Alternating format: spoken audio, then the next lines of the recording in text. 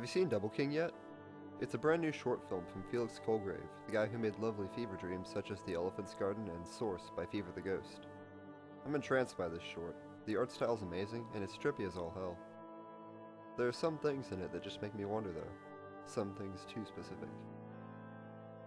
On one hand, it's kinda meant to be creative imagery, but the plot that unfolds makes me wonder, why is the king doing this, and why did you chop your finger off, and why?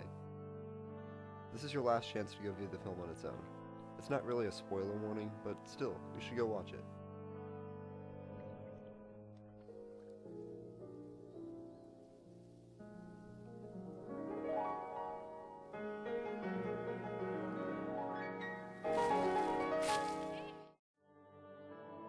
Before I get into the proper analysis, I just want to shout out to the art, because, that's some good shit.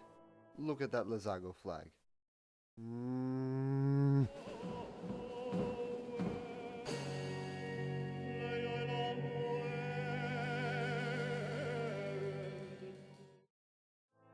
Anyway, there are a lot of interesting parallels hiding in the very surface level of the film.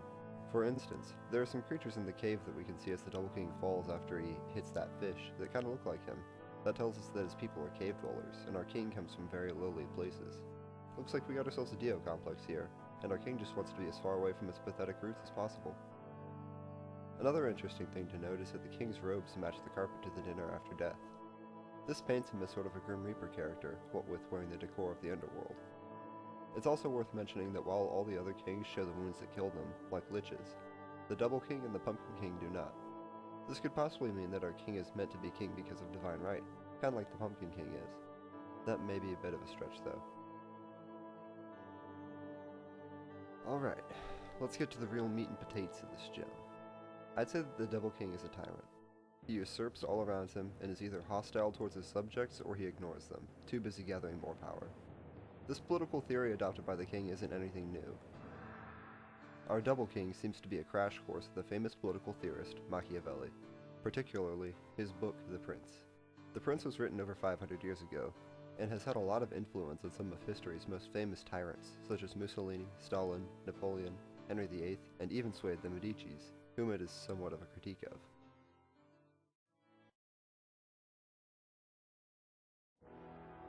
A prince must have no other objective, no other thought, nor take up any other profession but that of war, its methods and its discipline, for that is the only art expected of a ruler, and it is of such great value that it not only keeps hereditary princes in power, but often raises men of lowly condition to that rank. To start, our single king makes a pilgrimage to see another king, the Rat King. Our king must be a new monarch at this point, as he's greeted in a friendly way by the Rat King, only to have him swiftly assassinated. This is sort of his shtick, roaming around and dealing out slaps with the neighbors. He always does it in a single strike. Ruthless Afmang. In The Prince, similar advice is given. If an injury has to be done to a man, it should be so severe that his vengeance need not be feared. An envoy is sent to pledge loyalty to the Doubleking and is met with an absurdly large castle and a welcome wagon.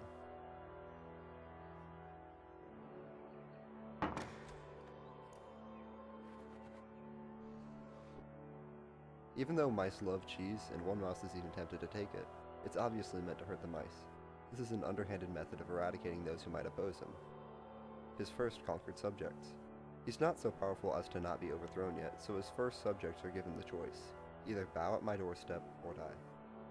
Machiavelli covers kingdoms won by wicked means, saying that evil acts should be done to ensure one's power, but all at once, so that the sting is always in memory, and not in present.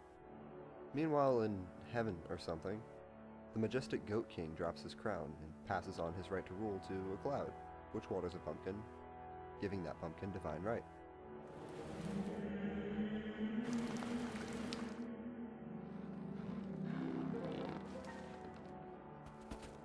And then it's gone. From the rotting remains of the Pumpkin King's crown, a new king plus subjects arise, the Lord of the Flies.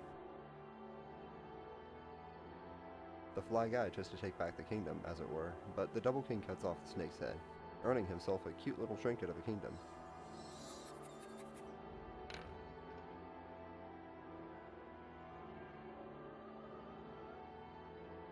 Then he cuts off the snake's head again.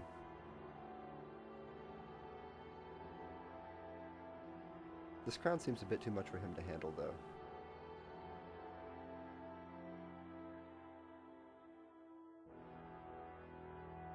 As he falls, we see creatures similar to the king in a cave. We could also see one in a hole earlier. As the king's subjects expand, they seem to be ignored. They don't seem bothered by it, though. At this point, the king is a king of 4 peoples, 5 if you count the cave creatures. A king, well armed, and seems to be liked by all his people enough, is difficult to fight at all, even from the inside. The Doubleking takes another victim with the Moist Monarch, but the crown evades him. This seems like a useless death then, considering the king didn't even go after the crown.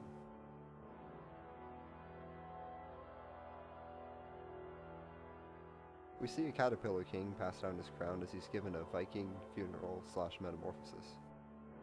The Doubleking's hot on his tail as soon as he's in view. After chasing him to a butterfly heaven place thing, we see there's no butterfly king at all.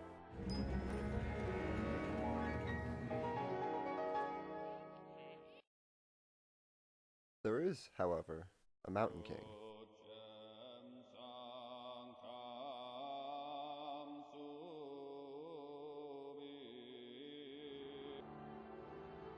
Naturally, the Doubleking takes up residence in the crown.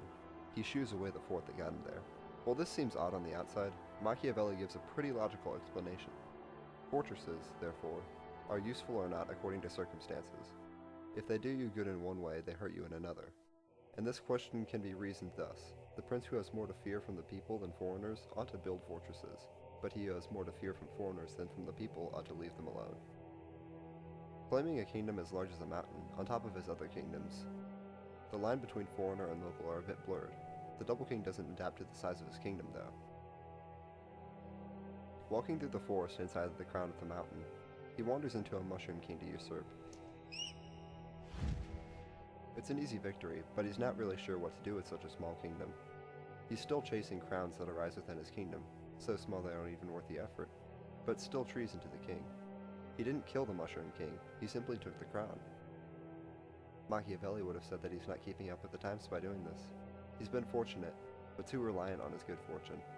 Maybe in real life this is comparable to imprisoning a rebel leader. It doesn't stop the rebellion, and it only shows that the king thinks that he's infallible. In this light, the fact that the traitorous king is both a mushroom and named Dirt in the credits is pretty funny. To the Doubleking, he's as important as the dirt he treads on, while he feels as though he's been taken advantage of by the king. You know, kept in the dark. Fetch it. A more familiar but fake crown allures him into an endless sea of flowers. After losing sight of the false crown, he spots the fly crown on his finger. He turns against himself, just unable to break the habit of conquering stuff, I guess.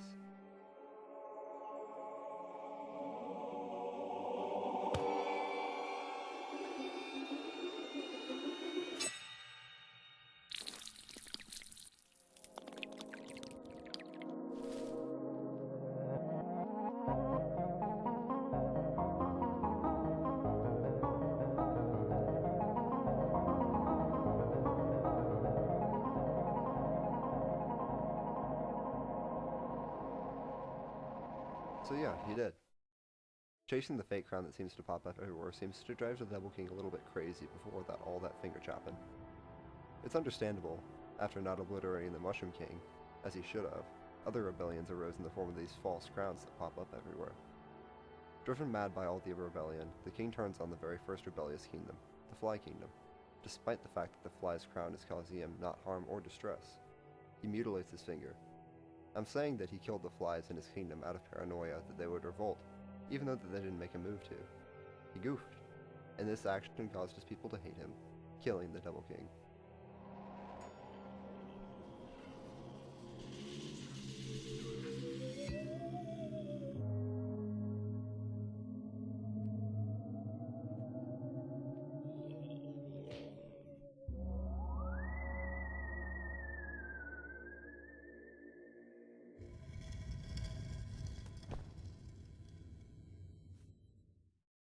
Funny enough, the fact that he's dead doesn't worry him. It's the fact that he's not a king anymore.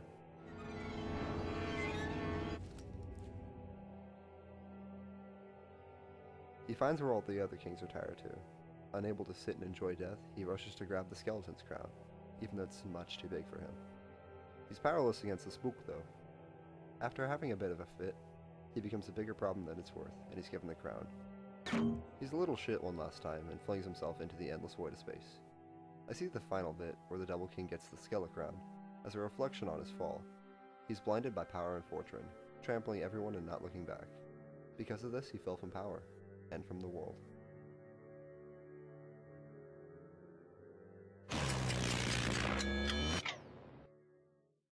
I hope it's plain to see that I love this short. I think that having the Machiavellian themes makes it sort of timeless, as Machiavelli is always relevant. Colgrave has got an amazing style, and I like how you can see it develop a little bit through the film, since it took a few years to make. His earlier work is hot as fuck too, so it's just a neat thing to see it get worked into the smoother, circly style in the end of the film. The more you look at it, the more you see. Doubleking is my favorite thing so far this year, and Rick and Morty and Ghost in the Shell just happened, remember?